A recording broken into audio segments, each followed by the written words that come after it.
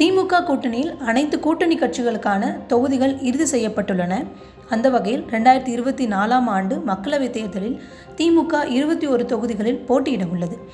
அதில் தற்போது வேட்பாளராக களமிறக்க திட்டமிட்டிருக்கும் வேட்பாளர்கள் யார் என்பதை உத்தேச பட்டியலாக பார்க்கலாம். முதலாவதாக சிட்டிங் எம்பிக்கள் யாருக்கெல்லாம் மீண்டும் வாய்ப்பு வழங்கப்படுகிறது. தென் சென்னை தமிழச்சி தங்கபாண்டியன், மத்திய சென்னை தயாநிதி மாறன், வடசென்னை கலாநிதி வீராசாமி, ஸ்ரீபெரும்புதூர் TR பாலு, அரக்கோணம் ஜெகத்ரட்சகன், காஞ்சிபுரம் செல்வம், திருவண்ணாமலை அண்ணாதுரை, வேலூர் கதிரானந்த், பொள்ளாச்சி சண்முகசுந்தரம், தஞ்சை பழனிமாணிக்கம், தூத்துக்குடி கனிமொழி, கள்ளக்குறிச்சி கௌதம சிகாமணி, தருமபுரி செந்தில்குமார், நீலகிரி ராசா இவர்களுக்கு மீண்டும் எம்பியாக வாய்ப்பு வழங்கப்படும் என சொல்லப்படுகிறது. இதில் தென்சென்னை தமிழச்சி தங்கபாண்டியன், மத்திய சென்னை தயாநிதி மாறன், வடசென்னை கலாநிதி வீராசாமி, தூத்துக்குடி கனிமொழி, கள்ளக்குறிச்சி கௌதம சிகாமணி, வேலூர் கதிரானந்த் ஆகியோர் வாரிசுகள் என்பது குறிப்பிடத்தக்கது.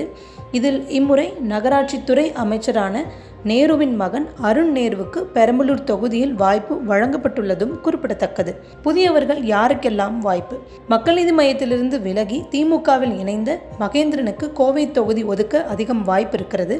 இளைஞரணியின் துணை செயலாளர் பிரகாஷுக்கு ஈரோடு தொகுதியில் போட்டியிட வாய்ப்பு. சேலத்தில் செல்வ கணபதி அல்லது உதயநிதி ஸ்டாலின் நற்பணி மன்றத்தின் செயலாளராக இருந்த PK பாபு களமிறங்க அதிகம் வாய்ப்பு இருப்பதாக திமுக வட்டாரங்கள் தெரிவிக்கின்றன.